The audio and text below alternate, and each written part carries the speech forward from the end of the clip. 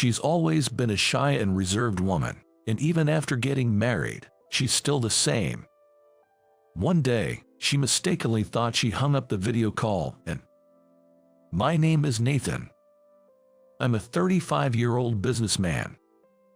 That's about all there is that's special about me. If I had to add something, it's that I'm currently in the honeymoon phase of my marriage. I got married 6 months ago. My wife, Kathy, is 10 years younger than me. When we got married, my co-workers teased me a lot. I think most of it was jealousy. I'm a sales rep for a travel company. Kathy is a curator for a private art museum. I met her when she came on a work assignment to one of my clients. The first time I saw her, I was taken aback. She looked stunningly beautiful, yet there was something dreamy about her. I thought she was putting on an act, but it was just her being herself. She looks drop-dead gorgeous, but she's a bit of an airhead. Every time I discovered this difference, I fell more in love with Kathy. It took me 2 years of persistent effort to finally win her heart. She turned down my marriage proposal twice. But I never gave up. I think our marriage was a result of my perseverance. Our married life has been peaceful, and every day brings new discoveries with Kathy. My life changed completely after marrying her. Kathy's family is all about the arts. Her mom is a pianist and her dad is a painter. Her sister is a traditional American painter and her brother is a sculptor. In this family, Kathy feels like she doesn't fit in. She told me before we got married that she wasn't naturally gifted and had to work hard. She realized early on that she wasn't talented. From that moment, Kathy chose to work hard. Do you know what it's like to work so hard it makes up for a lack of talent? This was what the usually calm and serene Kathy said to me with a pained look. I've never felt like I had any special talent. Both my parents and siblings are ordinary. I grew up in peace without comparing myself to anyone. But I could see from her face how hard she had worked. I think I fell in love with you, no matter what. I told her, hoping to reach her heart. Soon after, she accepted my marriage proposal. Nathan, I'd like to visit my folks for a bit, is that okay? About 6 months into our marriage, she asked me this over breakfast, and I immediately agreed. It felt like a good time for her to visit home. Of course, it's fine. Go ahead, don't worry about me, I responded. To which Kathy smiled and said, thank you. Kathy's family home is in Boston. All her family members live there. I'll call you every day, she said, pointing to the laptop beside her. Even when I'm on business trips, we always make sure to video call each other every evening. This is the first time Kathy has left our home since we got married. But what suddenly happened? It seems there's some issue back at my family home. Kathy sighed with a look of concern. Perhaps their family has different problems than most. There might be a lot of things that I don't understand, but I want to be by her side as much as I can. There's probably a lot I don't get, but don't keep any secrets, okay? Just talk to me about anything. I gently shook her hand and she nodded yes and smiled happily. It's been a month since that morning. I had thought she'd be back after just a week. Sure, Kathy calls me every day. But isn't this a bit long? Could it be that she has someone that she can't forget about? I've been fighting off such distressing thoughts. Nathan, what's wrong? You don't seem well today. On the computer screen, Kathy looked concerned. Even though we're video calling, I must have seemed distant. Sorry, nothing's wrong. Just busy with work. It's becoming a good season for trips. Busy season, you know. I tried to brush it off. Yet, she still looked worried and reached out her hand. I think she was trying to feel my forehead through the screen to check if I have a fever. Of course, that's impossible. But I couldn't help but adore her for being so earnest in her concern. Her quirks always made me fall for her. Kathy, you can't really check my fever like that. Oh, right, silly me. She chuckled, looking a bit embarrassed when I pointed it out. We talk every day through video calls, but she hasn't told me anything about the family issue that caused her to go home. I felt like I shouldn't pry, so I've been waiting for her to open up about it. That day too, we ended the video call with just small talk. I think it'll take a bit longer. I know you're busy, but please eat properly. Kathy ended the call with a note of concern for my well-being. I smiled and replied, "I'm good," and hung up. I always waited for Kathy to end the video call first. I wanted to see her face for as long as possible. Today, I waited for her to end the call as usual. But she didn't hang up. She seemed to have forgotten to do so. I fumbled for my phone to message her. "You haven't disconnected the video call." On the computer screen, Kathy, unaware she's still connected, started to change. We are a married couple, so there's nothing wrong with that. I kept telling myself that as I saw my reflection on the screen. I did feel a bit guilty about it. We've been apart for such a long time.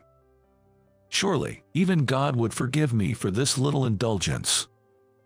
With that selfish justification, I continued watching. The moment Kathy's blouse slipped off her shoulder, I froze. I had seen her secret. Come to think of it, I think it was the first time I'd seen her skin in the light. I thought we had no secrets between us. What's this? On the screen, a beautiful floral tattoo was etched on Kathy's left hand. It seemed unfinished, with only the outline visible. In my shock, I quickly shut the computer. That made me completely speechless.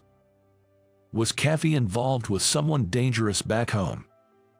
No other explanation made sense. I was haunted by that thought. From that day, our video calls became a painful experience.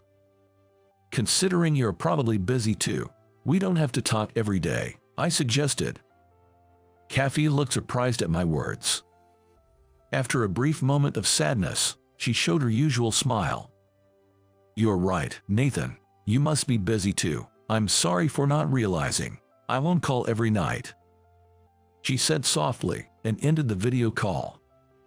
I felt awful, like I'd done something terrible to her, and spent the night feeling depressed. Our nightly calls stopped abruptly after that day. Kathy returned about a month after our conversation. The day before, she had emailed, "I'll be back tomorrow." I was ecstatic, but equally apprehensive. Facing her and talking was now a daunting thought. I anxiously awaited her return. She came back in the evening. I had taken a day off to welcome her home. "I'm back, Nathan. Why aren't you at work?" Kathy looked surprised to see me home on a weekday evening. Her reaction only fueled my anxieties. She seemed a bit on edge. "I took a day off. Welcome home. You took a pretty long vacation." I tried to sound welcoming, but my words dripped with unintended sarcasm. She noticed the difference in my demeanor right away. She put down her bags next to the living room couch and sat down. She is looking up at me intently. "What is it?" I was taken aback by her piercing gaze. She's the one with the secret, so why is she staring at me so defiantly? I wanted to confront her, but the words wouldn't come. Kathy, seeing my hesitation, took the initiative. "Do you have something to say to me, or is there something you want to ask?" Being questioned so directly irritated me. Why do I have to be the one to confront her? Anger bubbled up inside me. It's you who's keeping secrets, isn't it? Why am I the one being confronted? The roles have reversed, haven't they? I snapped back, raising my voice unintentionally. Kathy looked taken aback. "Huh, secrets from me?" The idea of her playing dumb infuriated me even more. I spilled the beans. I told her that the video call hadn't disconnected and I'd seen everything. "Isn't that tattoo on your left hand a secret?" You felt guilty. So you hid it from me, right? My voice grew louder without me realizing. Once I voiced my doubts, there was no stopping me. Kathy's puzzled face only made me angrier. Guilty about what? About this.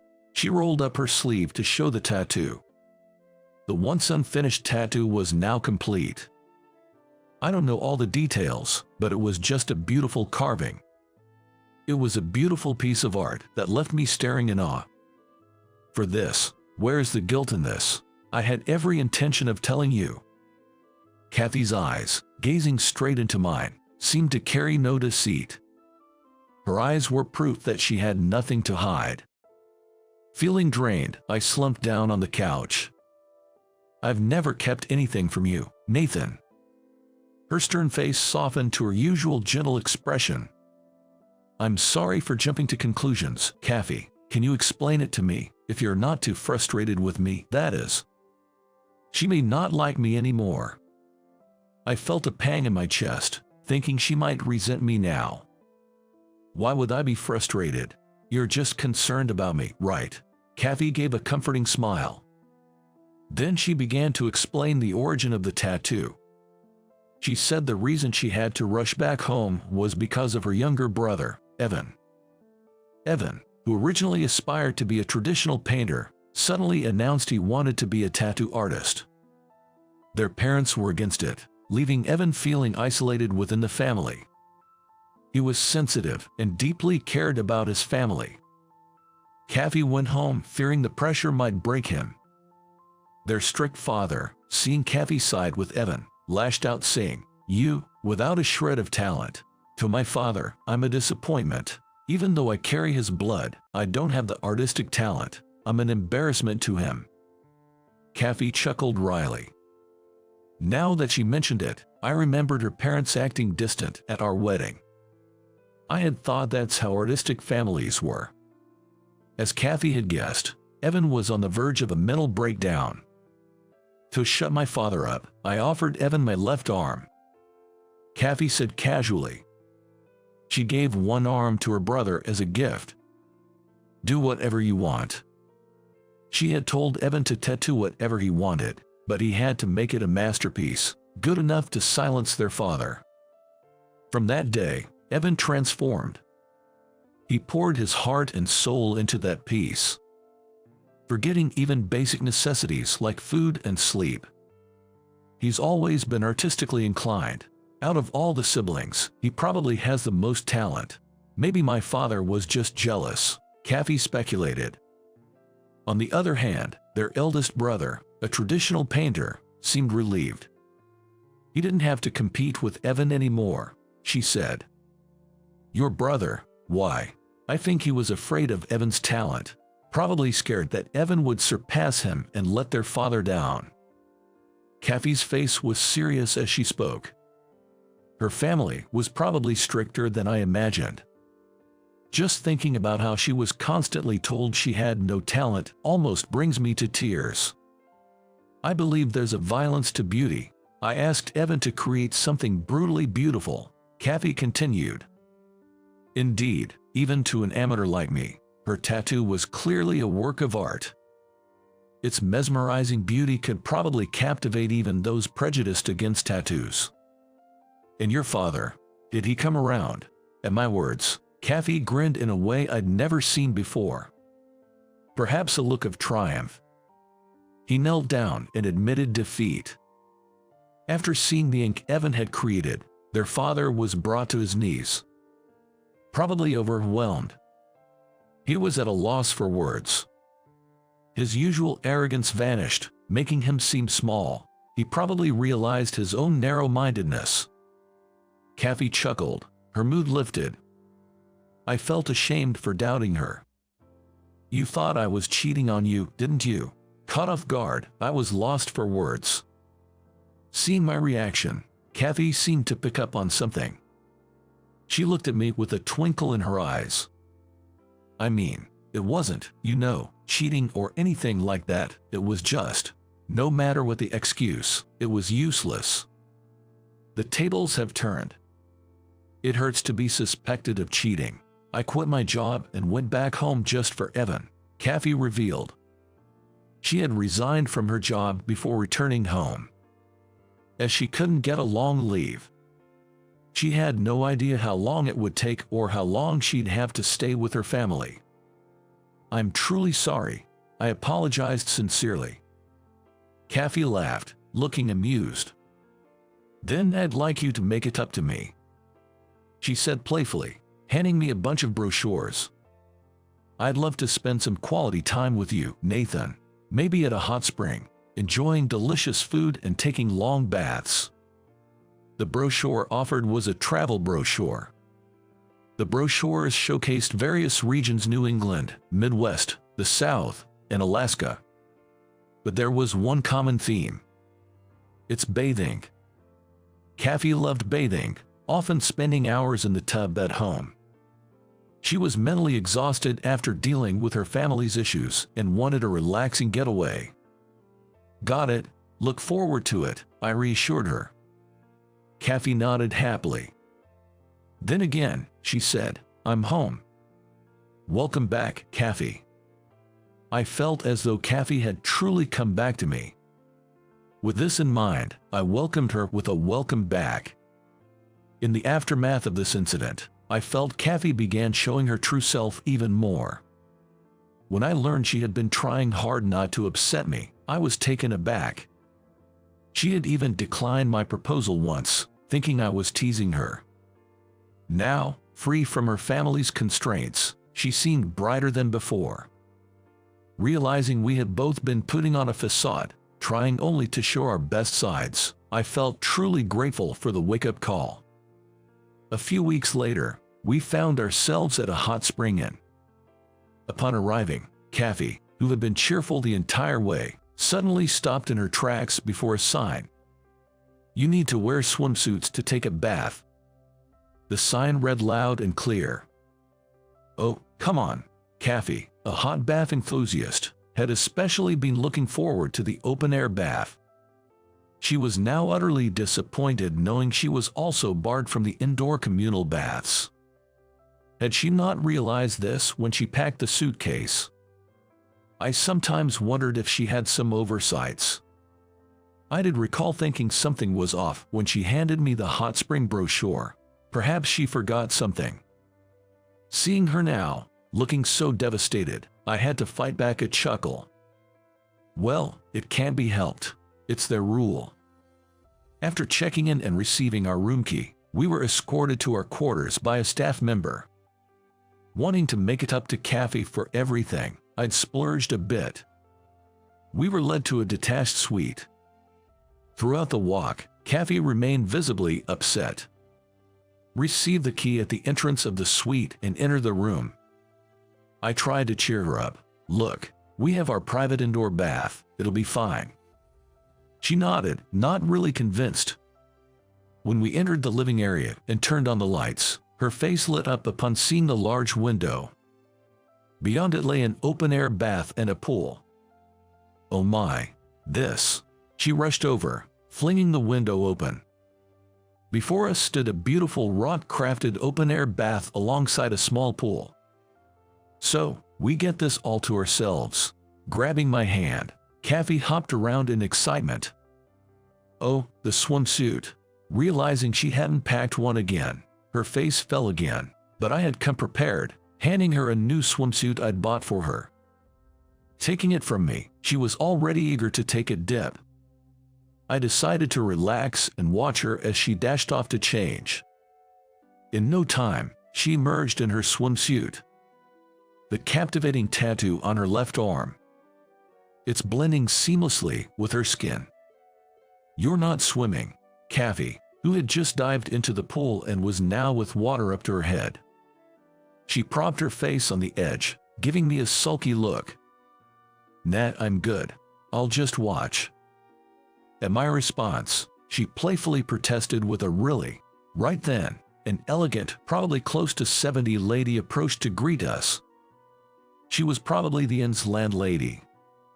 The landlady politely greeted me saying thank you for today. I returned the gesture. Kathy waved from the pool. Oh, The older woman squinted a bit, letting out a soft sigh. "Excuse me. Is something wrong?" I asked her. She looked a little dreamy as she commented, "You've shown me something truly beautiful." It took me a moment to realize she was referring to Kathy's tattoo. Now I feel like I should not have felt like Kathy was hiding something. Over and over, she kept admiring its beauty. "This tattoo is made by her talented brother," I remarked to her, who looked surprised and widened her eyes.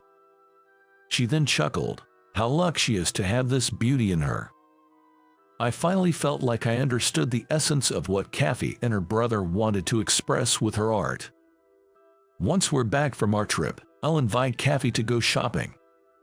Whenever she walks around town with me, even in the height of summer, she always wears long sleeves. She's probably afraid of running into someone I know. I wish she'd be more confident. That sleeveless dress she used to wear often when she was single. "Let's go on a date like we used to when you were single." I'll say that to invite her. I'm sure she'll look surprised for a moment and then break into a smile.